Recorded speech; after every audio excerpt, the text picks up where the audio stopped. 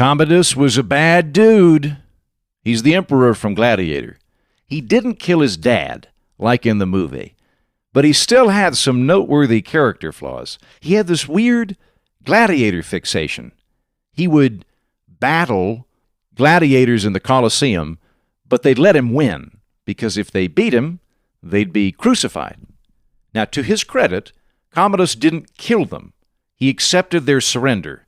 Their wounds and scars were marks of honor. Although he did round up anyone in Rome who happened to not have feet and club them to death. He once killed 100 lions in a single day. If you're one of those people who got worked up about that dentist that killed a lion a couple of years ago, Commodus was way worse, and not even a dentist. Mixed record in governance. Not a lot of wars, but he devalued the currency, which always bugs me.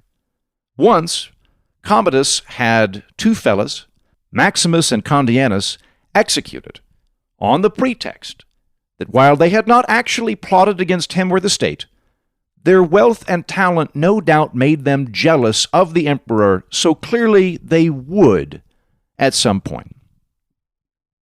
So let's imagine you could go back in time to the Roman Empire during the reign of Commodus. You can be a time traveler, speak Latin, go back to that era, and talk to local Romans about civics. You materialize by the docks, and you spot a day laborer, and you ask him, "Hey, friend, how's government work around here?" Dock worker shrugs, and he says, "Well, obviously the Emperor Commodus runs it. He runs everything. There are statues of the guy everywhere. Haven't you noticed him? I heard he was recently promoted to a god, so he must be doing a good job of emperor-ing. I mean, the month we're in right now is named after him. All of them are. He gave himself 12 names, and then he renamed all the months after the names he gave himself. Clearly, handsome foreigner, Commodus is our governance." You thank him and you walk into town and find yourself in a nice neighborhood. Merchants, scholars, more or less what we would consider the middle class. And you stumble onto a smart-looking fella in a crisp toga. You introduce yourself, and he invites you into his home. Turns out, this Publius Tullius Scipio is a lawyer, and so an excellent guide for you to learn about Roman civics. And he says, "Take a seat. Take a seat. Here, try some oysters. They're delicious." You thank him and explain that the dock worker you met earlier said the emperor runs everything.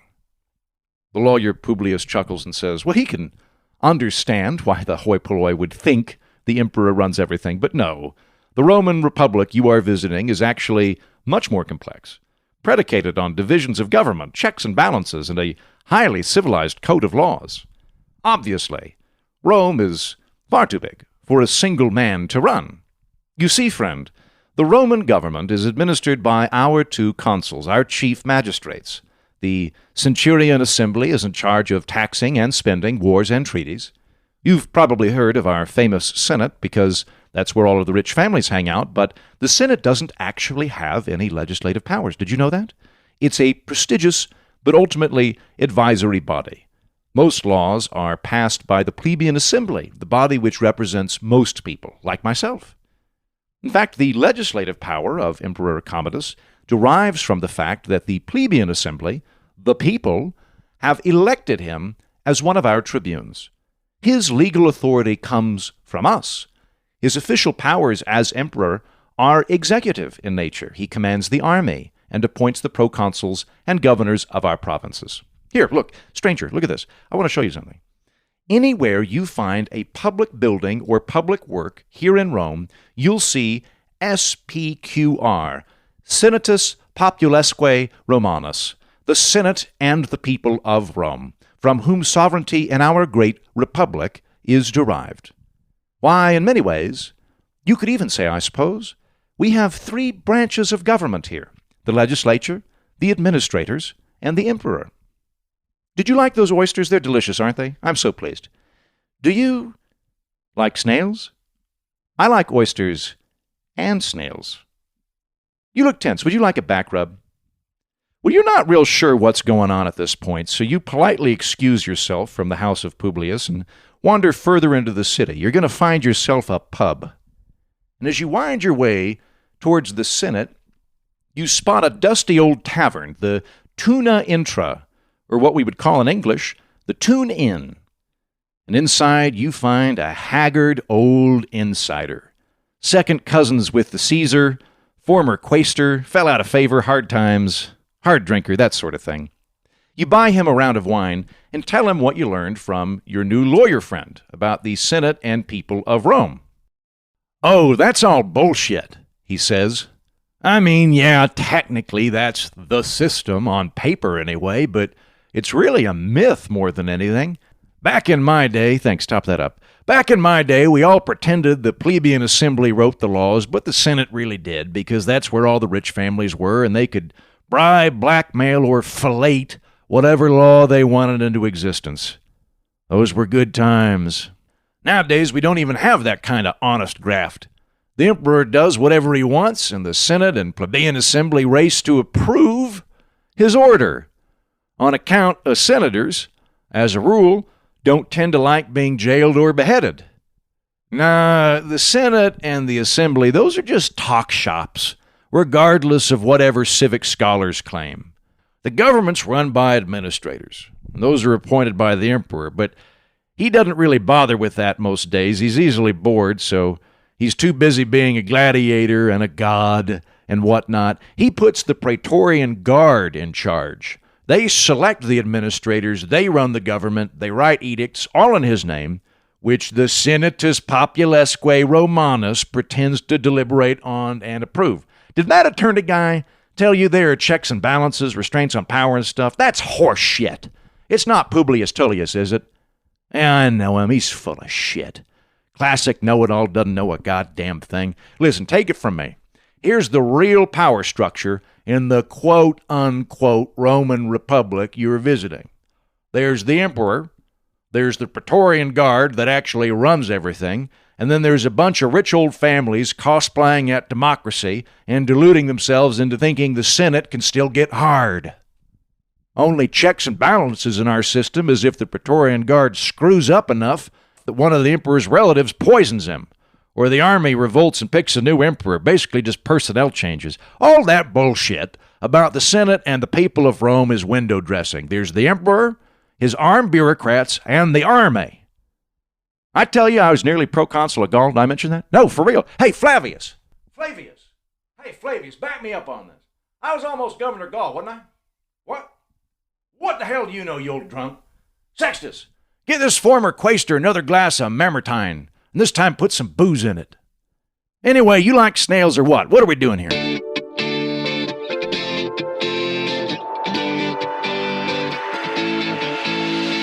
Hello and welcome to the Political Orphanage, a home for plucky misfits and problem solvers, and time travelers. I'm your host, Andrew Heaton. And today, we are going to explore the basic idea from the introduction that there can be a mismatch between how a people perceives their system of government and the actual mechanisms of it. And to tackle this issue, I am summoning no less than a professor of constitutional law and former counsel to the Senate Foreign Relations Committee.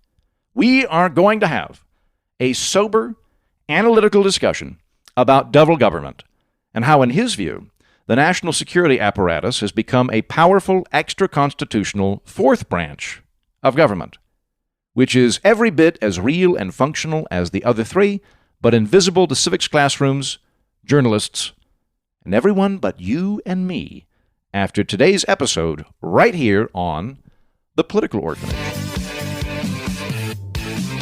My guest today is Michael Glennon. He is a professor of constitutional and international law at Tufts University. Prior to going into teaching, he was legal counsel to the Senate Foreign Relations Committee and a Fulbright Scholar.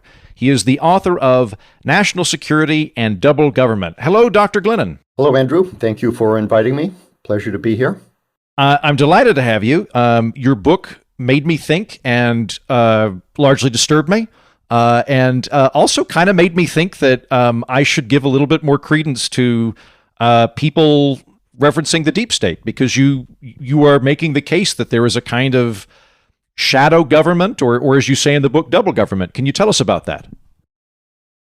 It's a kind of deep state. As you probably noticed, I didn't use the term deep state in the book for reasons that we can talk about. It's really a application of an old theory of how the English government works that I think explains what is commonly known as the deep state.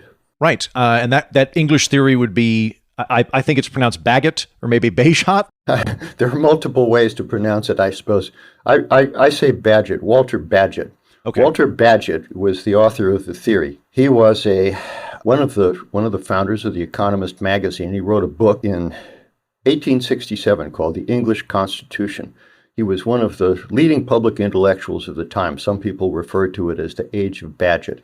And in this book, he purported to describe how the English Constitution works. Now, that seems pretty dry. You see vignettes of the Queen being educated by a tutor on Bagehot. He was not a crank, although the theory summarized sounds a little cranky. But let me try to synopsize it. He, in effect, asked, how was it that this monarchy became a republic? And he said that happened, in effect, behind closed doors. He said there are two sets of institutions in England, governmental institutions, the so-called dignified institutions and the efficient institutions.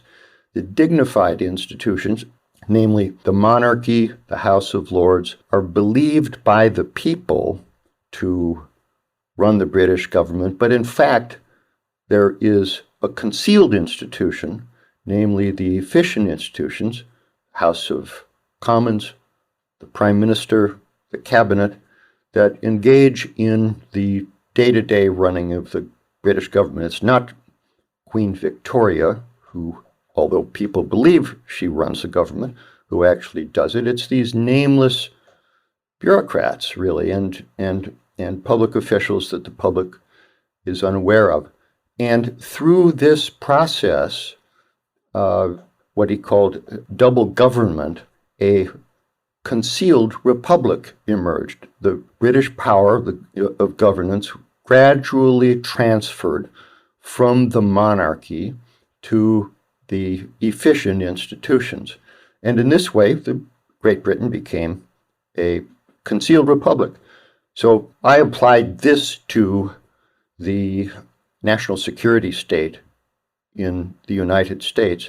And it seemed to me an epiphany when I read the book. We can talk about this later. I pulled it off the shelf one rainy afternoon and had an aha moment where it seemed to explain what I had observed earlier in my service in government during the transition earlier from the Ford administration to the Carter administration, where so little actually changed behind the scenes in national security policy. And then I pulled the book off the shelf actually in the middle of the Obama administration, while I was wondering and had a sense of deja vu about how this same phenomenon continued, namely a continuation of the same national security policies from the Bush administration to the Obama administration.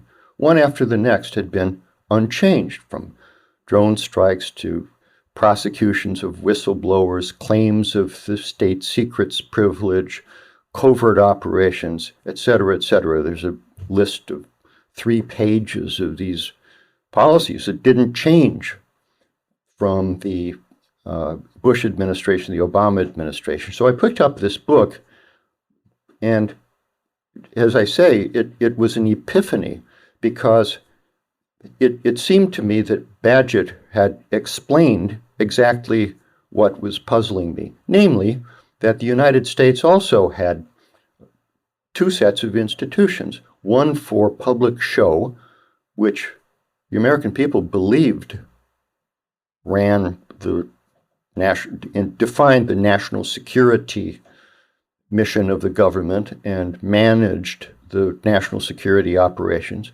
the military, diplomatic, intelligence, law enforcement functions of the government.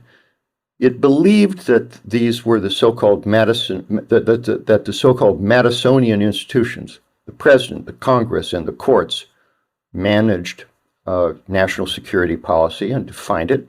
But in fact, it was this set of efficient institutions, what I call the Trumanite network, that in fact ran the show behind the scenes. Unlike the British government, though, it seemed to me, the United States had moved in the opposite direction from a republic to a concealed autocracy. And of course, Bagehot suggested that there were enough examples of situations where the so-called dignified institutions, or in my case, the Madisonian institutions, did run the show, just enough to cause the public to believe that they were in charge. But in fact, the day-to-day management of national security apparatus was in the hands of several hundred security managers from the military, law enforcement, intelligence, and diplomatic communities that were largely concealed from the public. And their objective was to avoid accountability and to avoid the kibitzing of the Madisonians, the members of Congress, the judges, and even people in the executive branch. So that's kind of a long-winded summary of the theory and the application of the book, but that's the gist of it.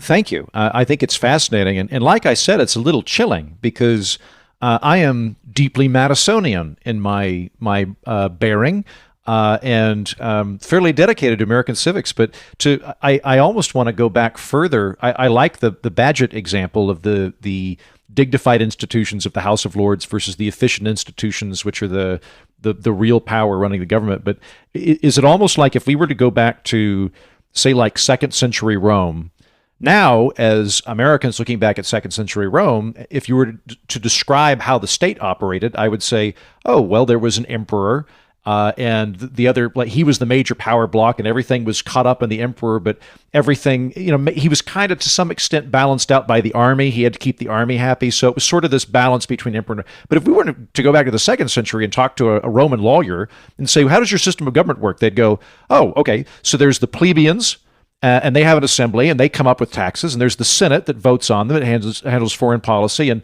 there is an emperor, but he serves at the behest of the Senate. He's technically legally empowered by the Senate. Consuls are very important, even though you and I know that Nero's about to appoint his goddamned horse as a consul, but the Romans would have thought of it legally as very, very different than we do, and they would have maintained that kind of fantasy that they were operating under the old republic much longer than the actual power structure that developed before it.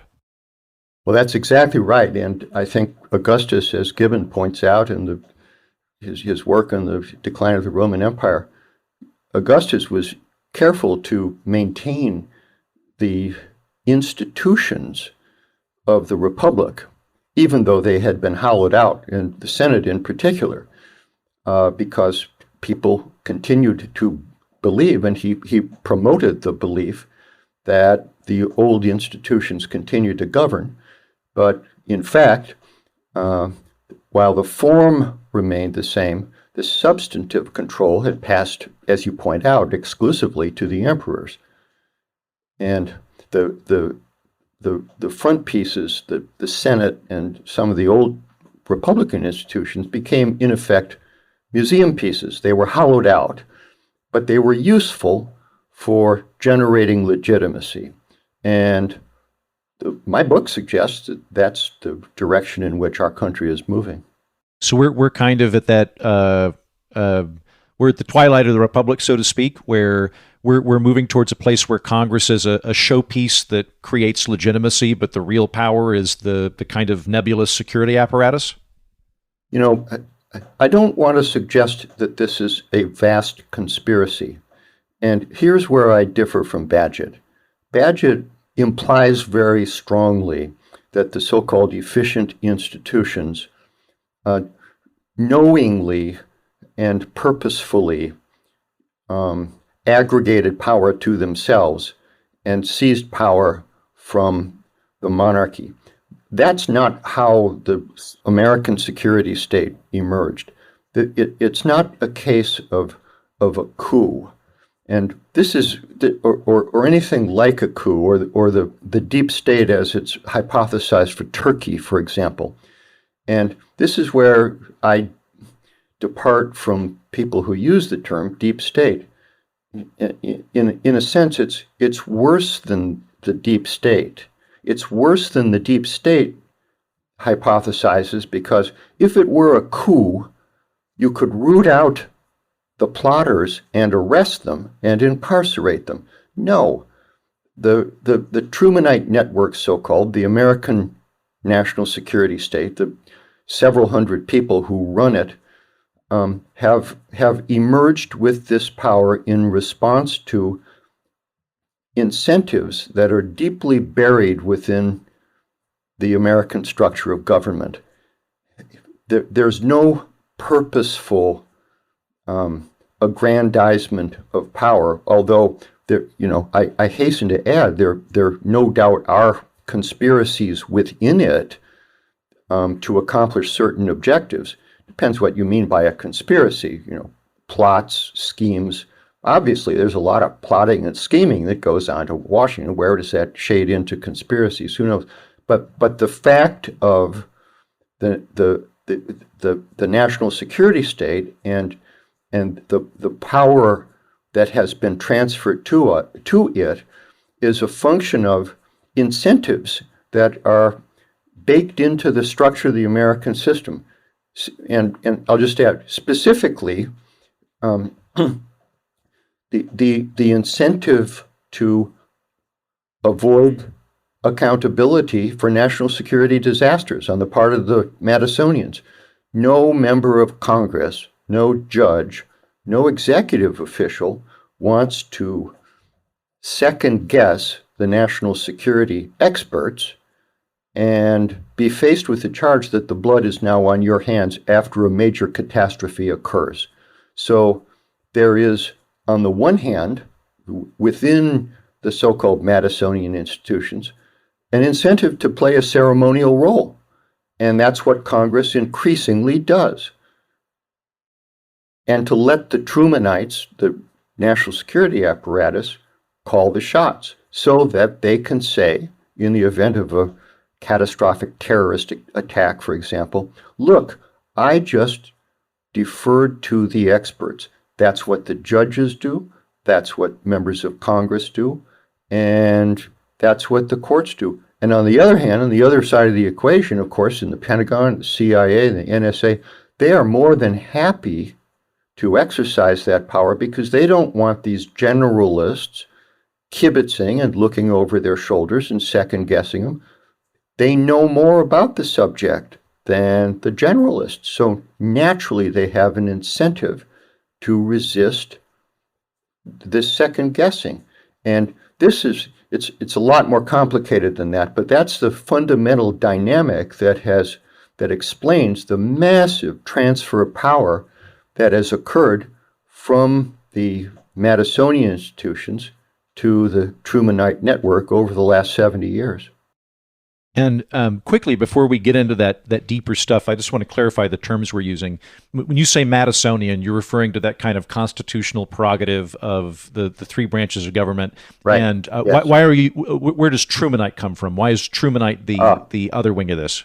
Because the national security apparatus, as we know it today, this behemoth that sits astride the United States government like a colossus, really originated during the Truman administration in response to the perceived threat from the Soviet Union.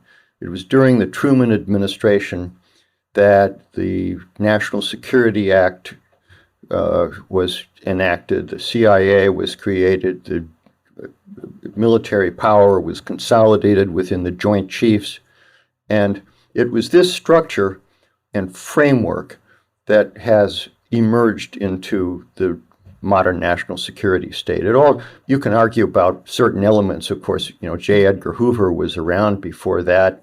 And some people would maintain, no, the real genesis occurred, during the Spanish-American War, when the United States became an imperial power, and the inevitability of this kind of domestic apparatus was clear.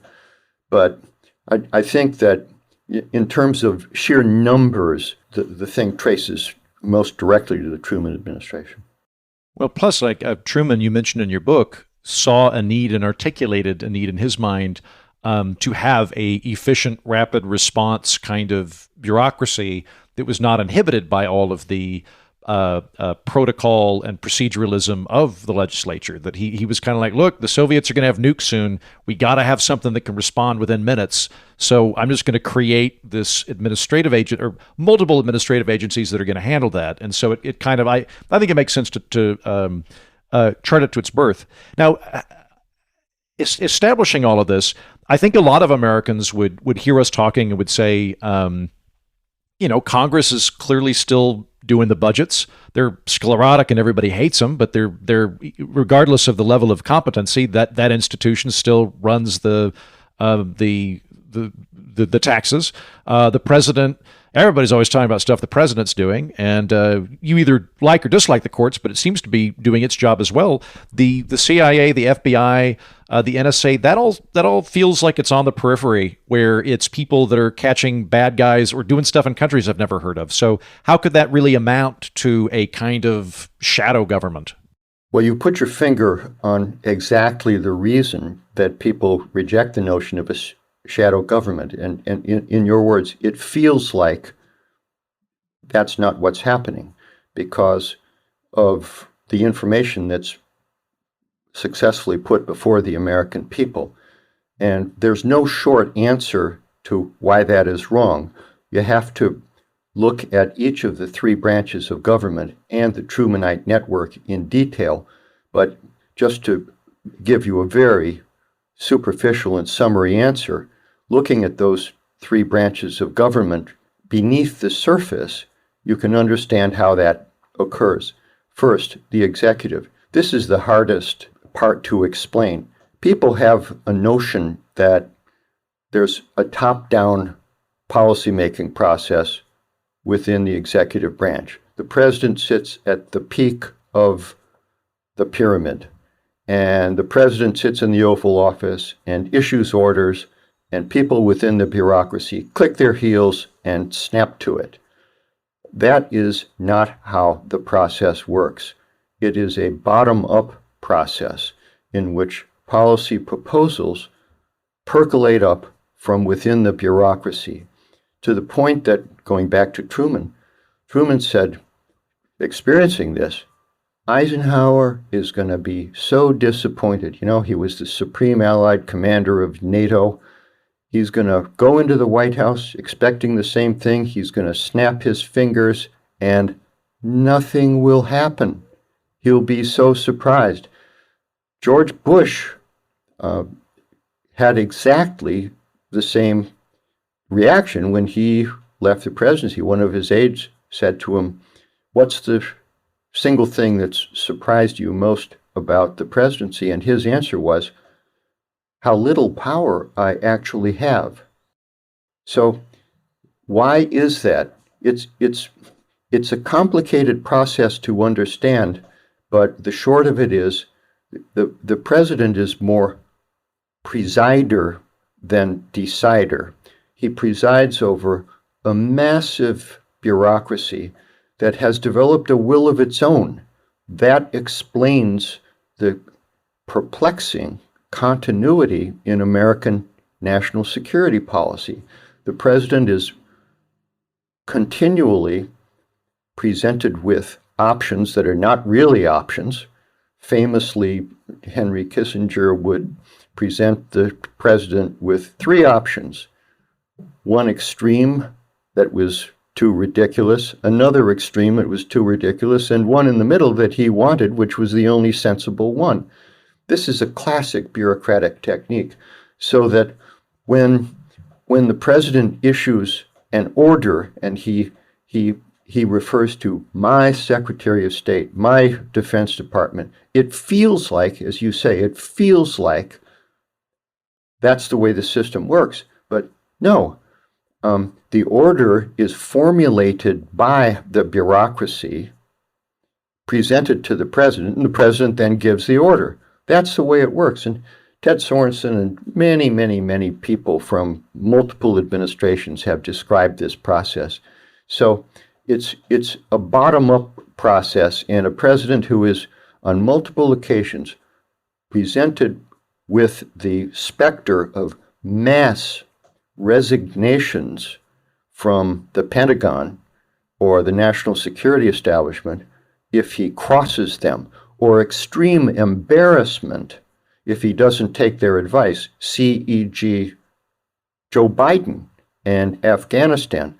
It'll be a cold day in hell before another president doesn't take the advice of the national security establishment when it comes to something like the evacuation. Yeah, on paper, it looks like the president snapped his fingers and we got the troops out of Afghanistan. Well, we all know how that turned out. As Doug Luty from the National Security Council staff general said in the New York Times, no, they didn't expect that they would be required to leave. And as a consequence, they didn't develop a plan B. So afterwards, they prepare an after-action report on the Afghanistan evacuation, reviewing the performance of the political operatives in the White House. This shows you who is really in charge. I mean, in what world does the military review the adequacy of the decision-making process in the White House? An after-action report, one would think, would be conducted by the civilians of the military, but that's the position they now occupy. That's, again, too long-winded, and I'm sorry, but it's one of the frequent questions that's asked. So, moving quickly through the courts and the Congress, the courts traditionally have deferred to the executive authorities, to the Trumanite network on virtually every national security issue. They don't even reach the merits of the dispute. They dismiss case after case after case on the grounds of lack of standing, the political question doctrine, the state secrets privilege, ripeness, mootness, you name it, so that, you can look in vain for more than a handful of individuals who claim to have suffered injury as a result of the counterterrorism policies of the Bush and Obama administrations, who had their claims adjudicated on the merits, let alone who recovered a dime in damages. The courts don't stand up to the national security state. Congress, you can summarize the performance of Congress in one word, and it's the word used by the 9/11 Commission itself in assessing the adequacy of congressional oversight. Congressional oversight, the 9/11 Commission said, is dysfunctional. And there are multiple examples of things that the Congress didn't know and didn't care to know for all the reasons that I've described earlier. You look at the Senate torture report, for example, which is kind of the high watermark, so-called, of recent congressional oversight since the Church Committee's report. The Senate Intelligence Committee did not know that the CIA had established black site prisons around the world in which they were engaged in waterboarding. A crime, which seems like a rather important policy distinction one would think would be left to the machinations of Congress. A rather important policy. We hanged Japanese war criminals at the end of World War II for the same thing in the Philippines. So, yeah, it's a little important. The CIA videotaped some of those events. The committee didn't know that. The CIA then proceeded to destroy the videotapes. The committee never found that out. The committee did release, over Obama's objections, a executive summary of its report, but in the footnotes, you will note, they requested 9,000 documents that the Obama administration refused to turn over. They asked 3 times. The last time, Obama didn't even respond. So you can understand when you look closely at this, and this is just one of multiple examples. I participated in congressional oversight when I worked for the Senate Foreign Relations Committee of this. The examples just spring to mind. When I was there, for example, the CIA's relations with Savak were a very big deal because the Iranian Revolution was going on. And, one of the causes of the revolution was dissatisfaction with the oppression of the Shah, of course, and suspicions that the CIA and Savak were in league with each other. So the Senate Foreign Relations Committee was conducting an investigation of the activities of foreign intelligence agencies in the U.S., including Savak.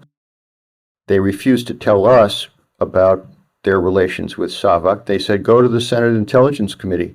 I went to the Senate Intelligence Committee, and I asked the staff director, so what do you know about the CIA's relations with Savak, Iranian secret police? And the answer was, nothing. I beg your pardon, nothing? Nothing? No, we didn't ask. Dysfunctional is the word for congressional oversight. Again, I'm sorry for running on at this length, but it's an important question because it feels like these 3 branches are in charge, because the press is, I don't want to say complicit.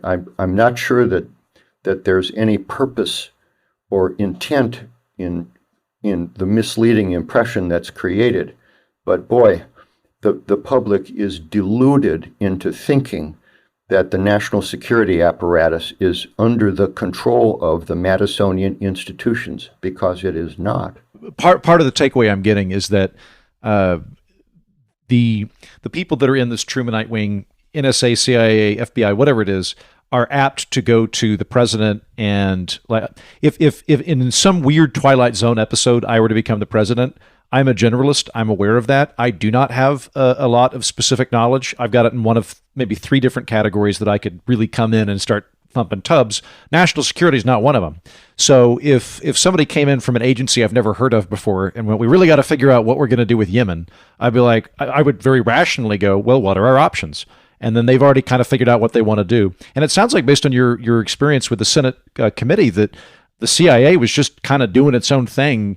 And then if the Senate called it in, it would go, all right, do you give us permission to do this? And they'd go, yes, of course, to sort of create the idea that it was led by the Senate. But in reality, it was just the Senate rubber stamping what the CIA was going to do anyway.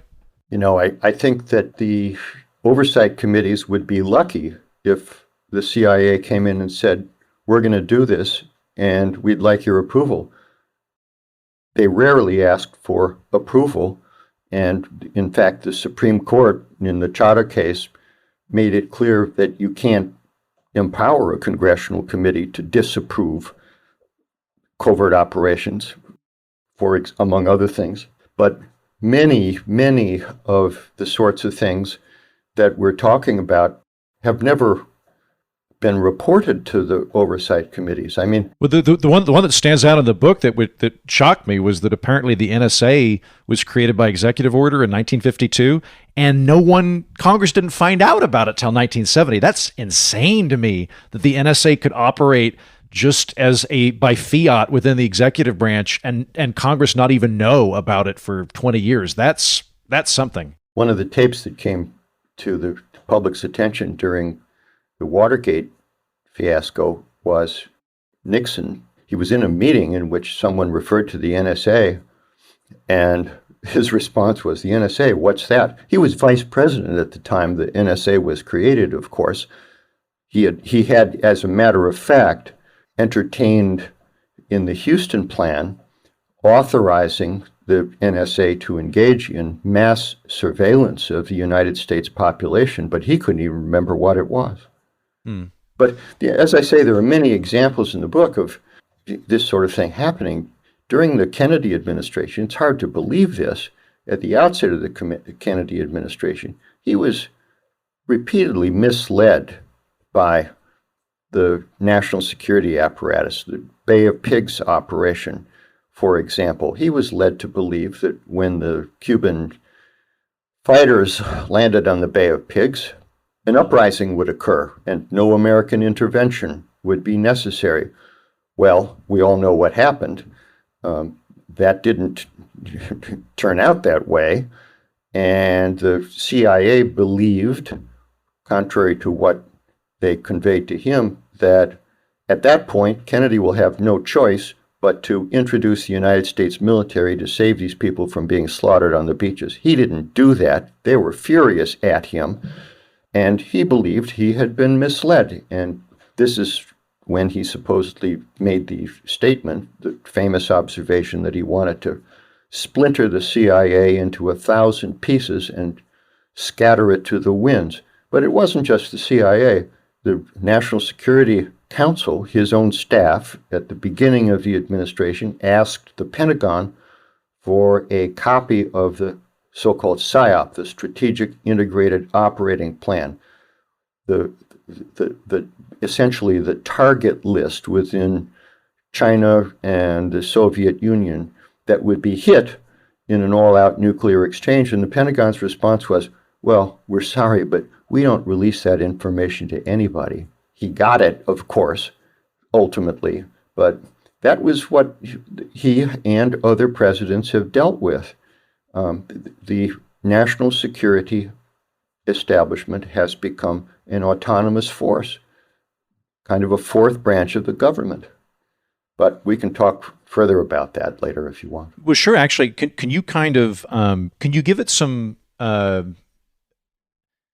Can you expand it and delineate a bit for me? Because I paid very much attention in civics class when I was in high school, so it's very easy for me to picture and articulate the three branches.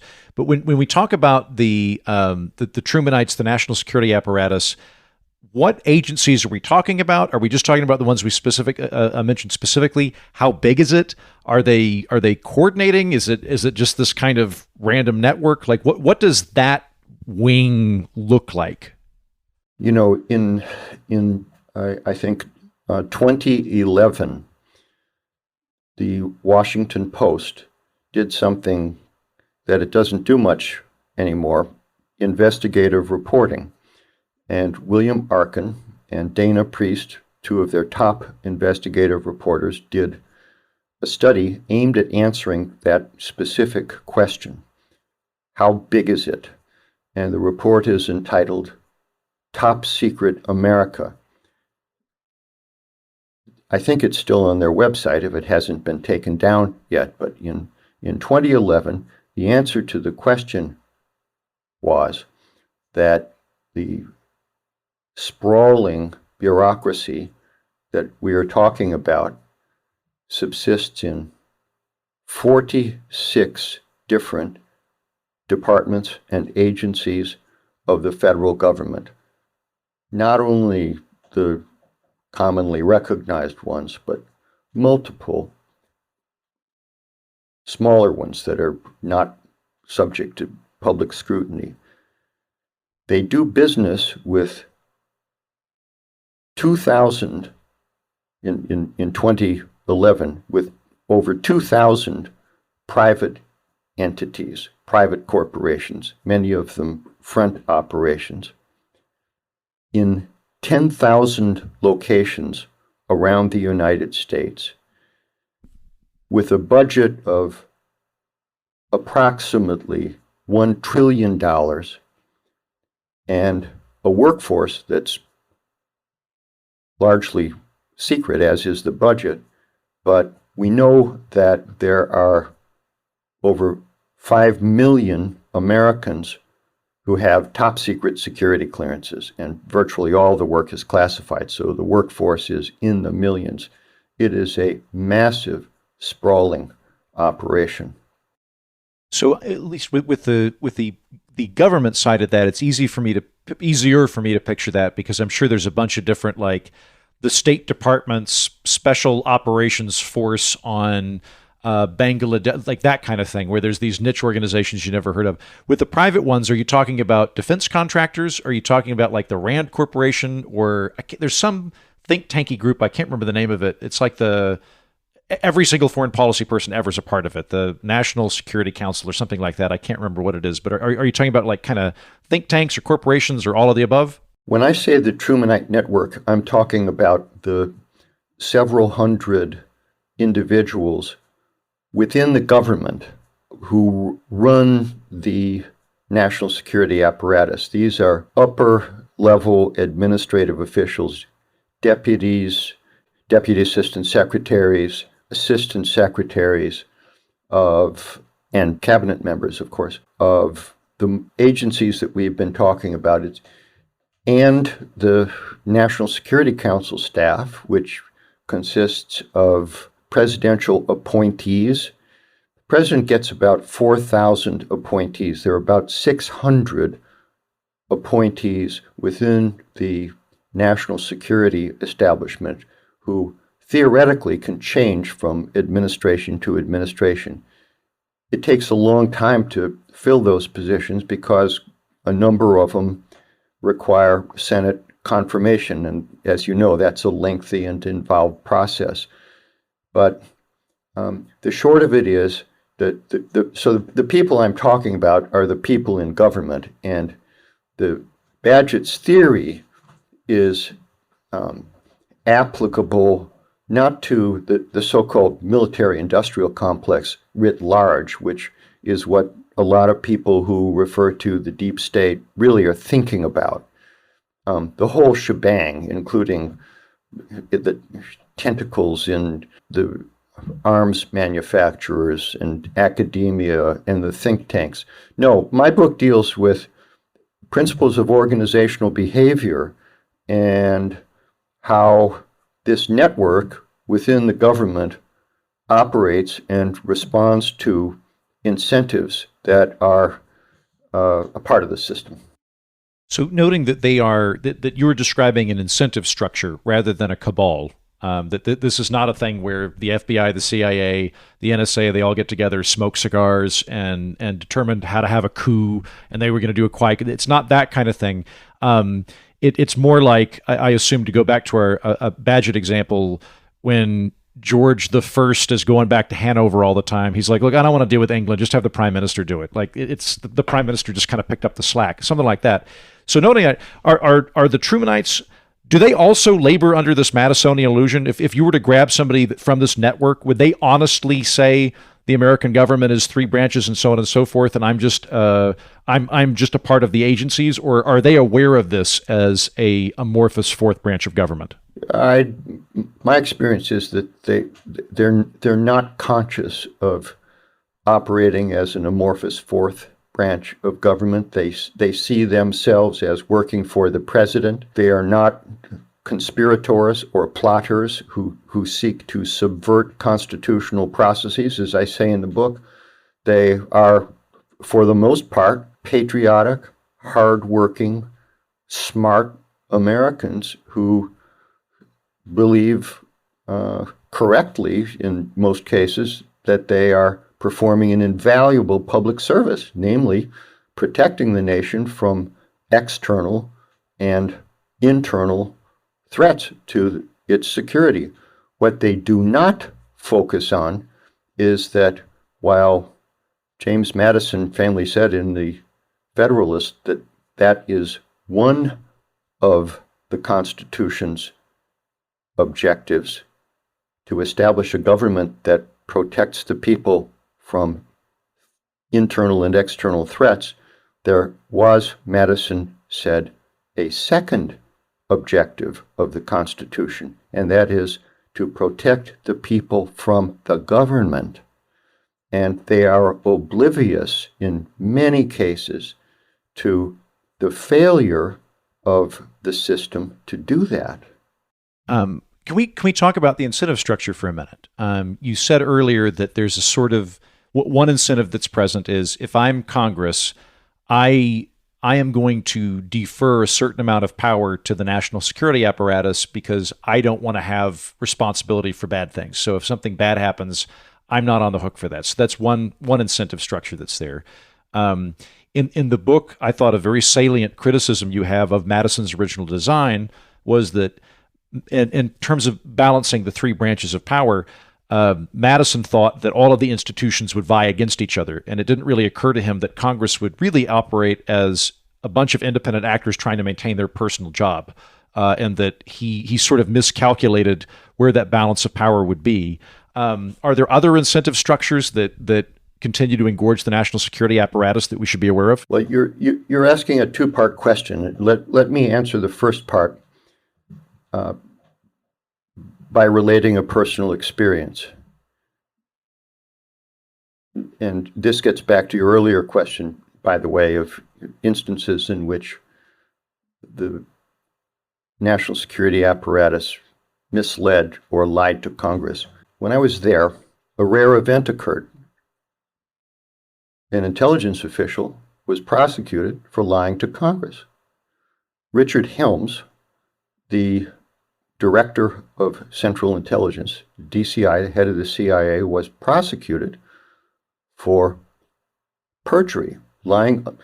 Actually, it was for making a false statement to Frank Church's subcommittee on the subject of the CIA's involvement in the coup in Chile that brought Pinochet to power. And Helms was given a nominal fine, and at Helms's hearing, his lawyer, a prominent Washington trial lawyer named Edward Bennett Williams, said, "Richard Helms will wear this conviction like a badge of honor." Well, I was a little offended by that. I mean, it seems to me that lying to Congress and undermining the truth-finding mechanism of our democracy is not something that one should be proud of, let alone wear as a badge of honor. So I wrote an op-ed piece saying that. And of course, I wasn't going to publish it myself. I wanted a member of the committee to do it. And I started at the top of the Senate Foreign Relations Committee and went down the line. Not a single member of the committee would sign his name to that op-ed. And one of the very senior members, who was candid and a close friend of mine, said to me, "Mike, are you crazy? Don't you know how powerful these people are? Nobody on this committee is going to sign that op-ed piece." Well, I finally found somebody, a freshman member, and he signed it, and it appeared in the New York Times as an op-ed. He was defeated in the next election with a fair amount of money, I understand, from intelligence community alumni. And by the way, the same thing happened to Frank Church in Idaho. James Angleton, the head of counterintelligence of the CIA, played a very active role in raising money to defeat Frank Church in his race against Steve Sims in 1980 because of the revelations of the Church Committee. And so that's that. When we talk about the incentive structure on Capitol Hill, 6 ways from Sunday they have to get after you if you cross them, as Chuck Schumer said, understates it. People on Capitol Hill are frightened of the national security apparatus. So what did Madison get wrong? The second part of your question. Madison got the fundamental dynamic right. And it wasn't just Madison. Madison believed with the rest of the framers that you have a choice between decentralized government or despotism. And there is no alternative. And to decentralize the government, one has to divide power and set ambition against ambition so as to produce an equilibrium that precludes the emergence of concentrated autocratic power. What Madison overlooked is that two things emerged afterwards that he hadn't anticipated: political parties and bureaucracy. When his friend James Madison moved into Thomas Jefferson moved into the White House in 1801, the entire federal government, the civilian employment of the federal government in Washington was 132 people. The White House staff was one person, Wow. Jefferson's private secretary, 133 people. So there was no bureaucracy at the time. And second, there were no political parties. The famous Jefferson-Madison botany expedition to found the Democratic Party in New York occurred after the Constitutional Convention in 1787. They didn't anticipate the rise of modern political parties. These two things together have created a different incentive structure on the part of members of Congress who are not so much concerned with an ambition to aggrandize the power of the Senate or the House of Representatives as against the presidency or the courts. Their ambition is to, A, satisfy the bureaucracy, which will get after them, as I just described, if they cross it. 6 ways to Sunday, the bureaucracy can get that, he said. And second, the ambition is to advance the interests of their political party and their own careers. And you don't always do that by taking on the bureaucracy. Quite the contrary. It's very costly to do that. So the whole dynamic of ambition against ambition has broken down as a consequence of these developments that Madison did not foresee. And that's where we are today. So this is a silly question. I think I know the answer to this. Do members of Congress automatically get clearance for intelligence information? Like if I'm a member of Congress, do I automatically have top secret clearance? Can I just walk into the NSA and go, hey, I wanted to check on what you guys are up to. I'm just going to walk into random rooms and talk to people. Do they have that ability? In principle, yes. In practice, no.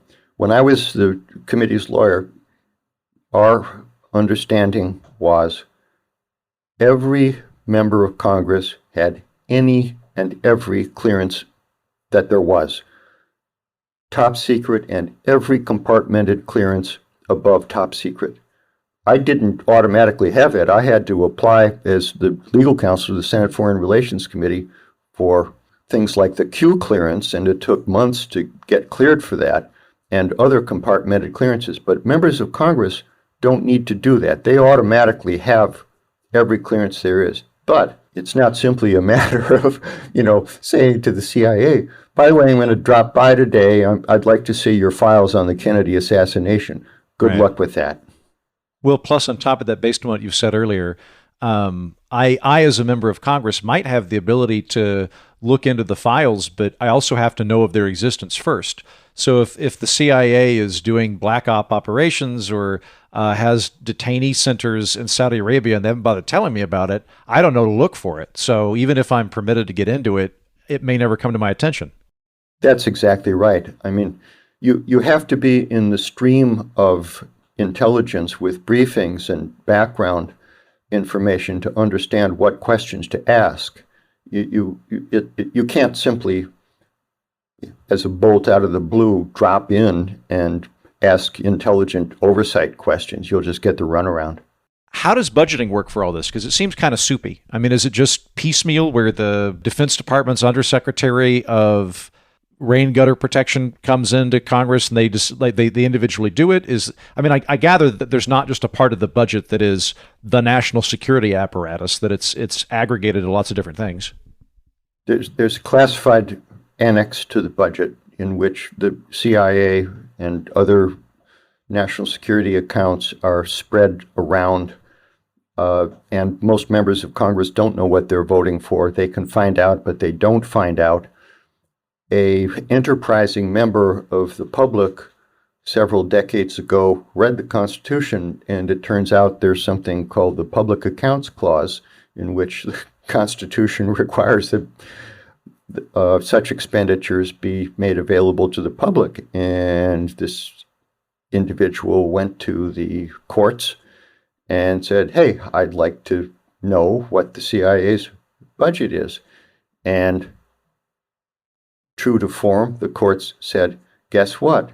You have not suffered the requisite personal, individuated injury in fact necessary to satisfy standing requirements. You are, in effect, John Q. Citizen, and this court does not hear generalized grievances of the sort that every member of the body politic incurs. So, case dismissed. This is the story of virtually every legal action brought along those lines. Noting that you are making a delineation between the so-called deep state, which tends to have a purposeful conspiratorial element to it and is more a proxy for the industrial military complex, and you're speaking about a kind of aggregated unconscious gathering of a fourth branch via the national security apparatus. So noting that you've delineated that, I see the continuation between Bush and Obama and extending before him. Trump comes in and is throwing out generals. He's referring to the deep state all the time. Did he buck the system? Was he actually a challenge to all of this? Were you pleased with him? What did you make of him? Trump, under Bagehot's view, was the anomaly that he predicted would never occur. And it wouldn't occur because the system that Bagehot hypothesized, like a spinning top, would fall to earth and the system would collapse if it ever became true and clear to the body politic that the government was in fact run by the efficient institutions. So when Trump broke publicly with the intelligence community and the law enforcement community by engaging in this very bitter public dispute with the leadership of the CIA and the FBI, calling them Nazis and slime balls, and they retaliated with leaks, 9 leaks from the intelligence community. The New York Times reported in one story, 4 leaks the Post reported in another. This caused an epic break between the dignified and efficient institutions, between the Madisonians and the Trumanites, of the sort that destabilizes the system and makes policy formulation unpredictable. And that's exactly the state at which the United States is today. It's very difficult to take one example, our European allies and diplomats in those countries, to know what American policy is going to be towards NATO if Donald Trump is elected, along with multiple other things. And under double government, they didn't have those kinds of doubts. So Trump has thrown the system into a state of great turbulence, as Bagehot predicted would occur if the two branches did not project this image of harmony. No one believes any longer that harmonious relations would prevail as between Trump and the security establishment, and it, as a consequence, has become very difficult to predict the course of the nation's national security policy. Are there other people that are pushing against it? Because as you've been describing the congressional complacence, I struggled to think of any members of Congress that have really pushed back. The only ones that came to mind were Justin Amash and Rand Paul. I think now, and I'm not paying as much attention, I think maybe Matt Gaetz and some of the Freedom Caucus people are pushing back against it. But do you see anybody that poses a serious threat to it within the Madisonian institutions? The principal pushback has come through the courts.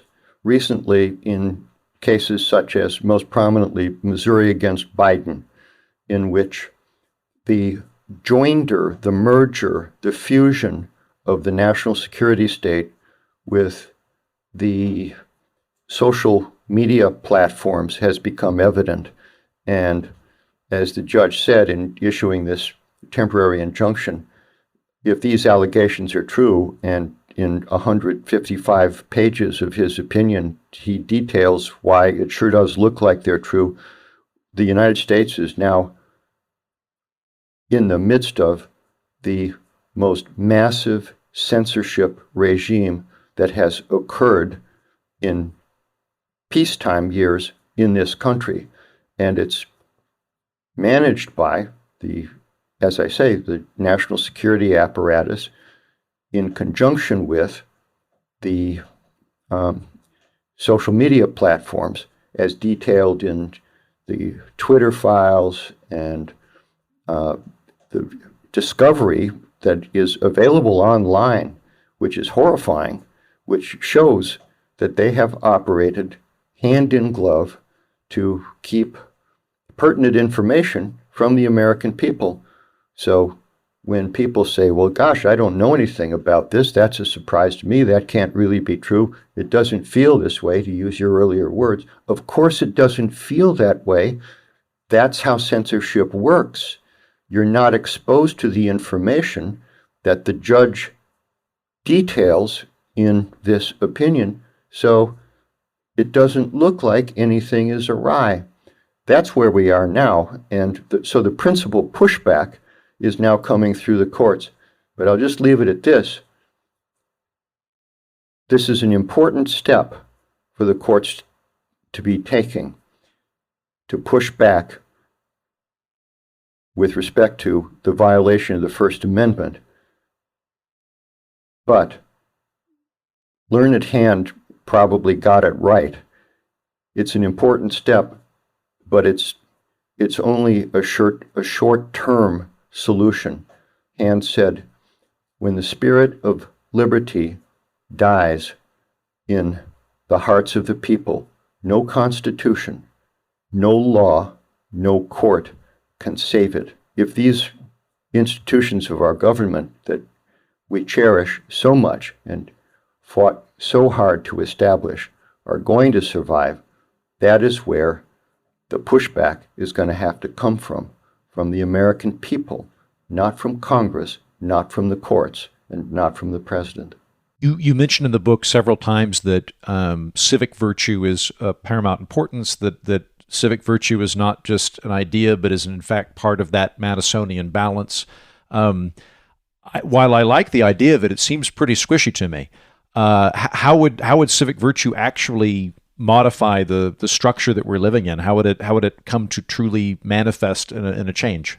Citizens can exercise civic virtue, and members of Congress and judges can exercise civic virtue. Madison and his colleagues believed you need civic virtue at both levels in order for the system to operate. It's not going to be, as is commonly believed, self-correcting absent civic virtue. What does it mean?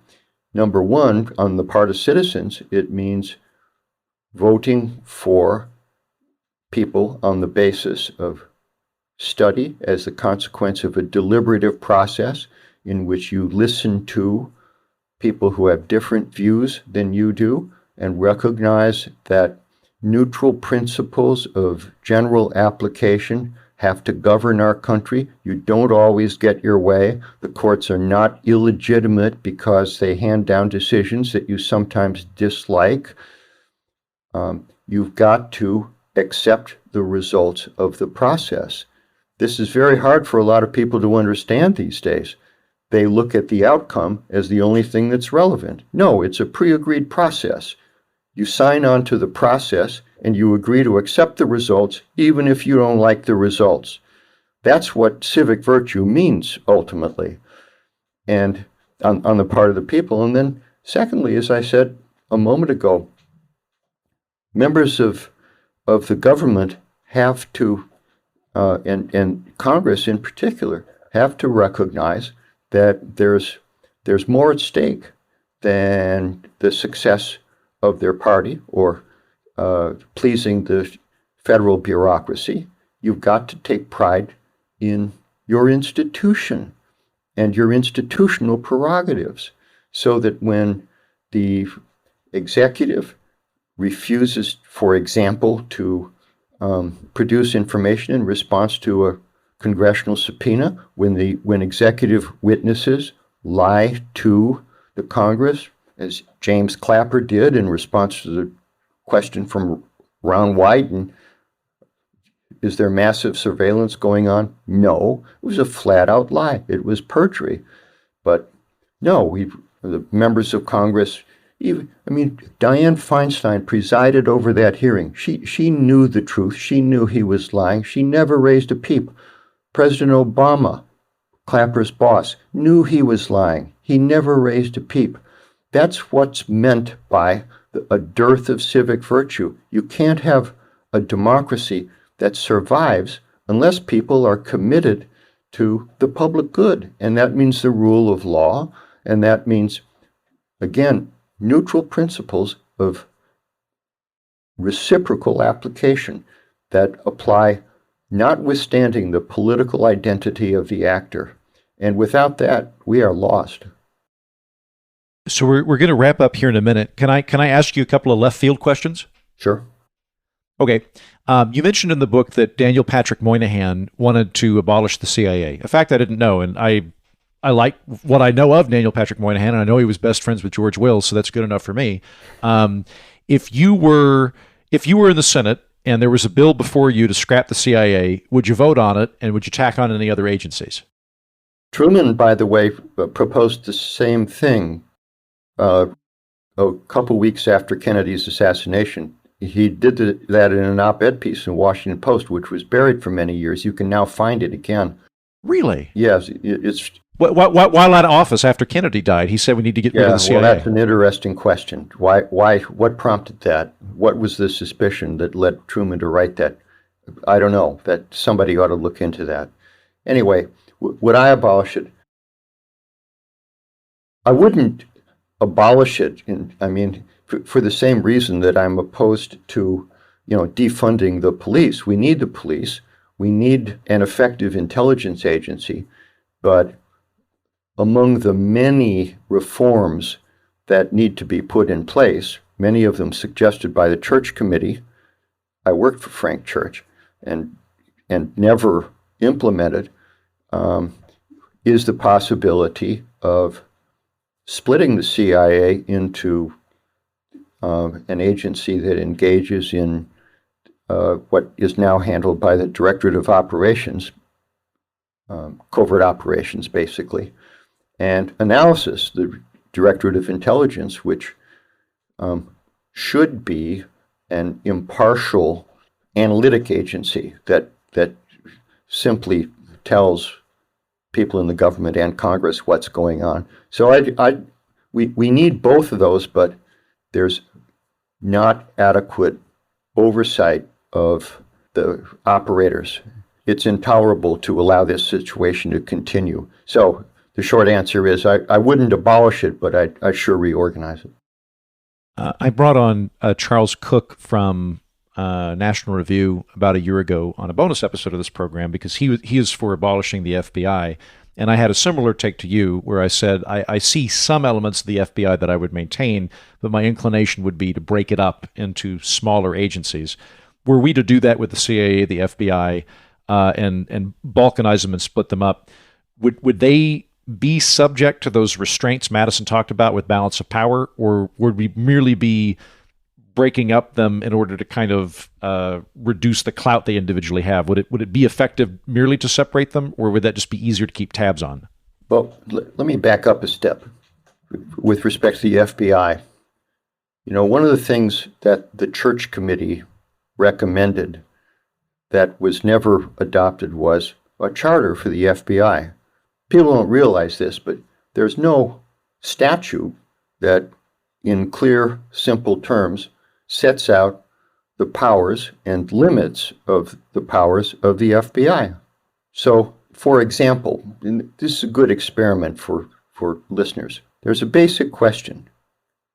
Can the FBI investigate you? Very simple, straightforward question. Under what conditions can the FBI investigate you? You want to take it a step further. And what techniques can they use? Try finding the answer to that. You'll not find it. I mean, it'll take you hours of internet searching, and you won't come up with a satisfactory answer. So the first step with respect to the FBI is enact a charter carefully and clearly delineating its powers and responsibilities. And that does not exist. And there are multiple reasons why the Church Committee's recommendations were set aside in large part. Not all of them. Some useful reforms were instituted, but that is one of the central recommendations that needs to be revisited, particularly in light of what's happened with the FBI. Public confidence in the FBI has plummeted, as you know. Yeah, mine too. One of my friends, Austin Bragg, I make funny videos with him at Reason. We were talking about this a few months ago, and he went, listen, the FBI did some bad stuff in the 50s and the 60s and the 70s and 80s and the 90s and the 2000s. But now they're good. and it was like, oh, right, there's never been an overhaul. There's never been any structural change at all to my awareness. It's just that now we go, that guy seems legit. That's it. Like that's the extent of it. One final question to you. I would be remiss if I didn't ask this, because you brought up Kennedy and the Bay of Pigs earlier, and you brought up the Church Commission. A few years ago, I interviewed Ron Paul, really to talk about foreign policy. And at one point he said, like those guys that killed Kennedy. And I went, who do you mean by that? And he went, the CIA, the FBI, the national security apparatus. So he was very adamant and very clear that he thought Kennedy had been killed by the national security apparatus because of, I think, specifically the Bay of Pigs, but I don't know. Do you think there's anything to that? Where do you fall on that? I think that we have to be very specific about what we mean when we ask whether the CIA was involved or the Pentagon was involved. I don't think it's likely that at an institutional level, any organization of the government was involved, which is to say, as a matter of policy worked through the normal processes, I don't think an institution of the government participated in the assassination. I don't think the CIA as an organization did that, in part because, number one, it's a huge organization. I mean, right now the CIA has, 22,000 employees. Big organizations keep big secrets poorly. That would have leaked if it had been an institutional action. And second, the overwhelming majority of those people, then as now, are patriotic Americans. And while it's true, a good number of them disagreed with Kennedy on multiple issues, plotting an assassination through the organization is, it seems to me, vastly removed from simple dislike and capability, motive and capability. They had the motive, they had the capability, but I don't think the institutions participated. However, second, it is entirely plausible that individuals, either formally with those organizations, such as the CIA, or even currently at the time with the CIA, had some involvement. They had close ties with mafia figures as a consequence of the plots to assassinate Fidel Castro. And it would not, it seems to me, be surprising to learn that one or more individuals was involved. I should say I've been curious about this question, and I've talked to multiple people about it who know a lot more about it than I did, and did. Ted Sorensen, George McGovern, members of the church committee staff who have looked very closely into this. And the more people you talk to, the more theories you get.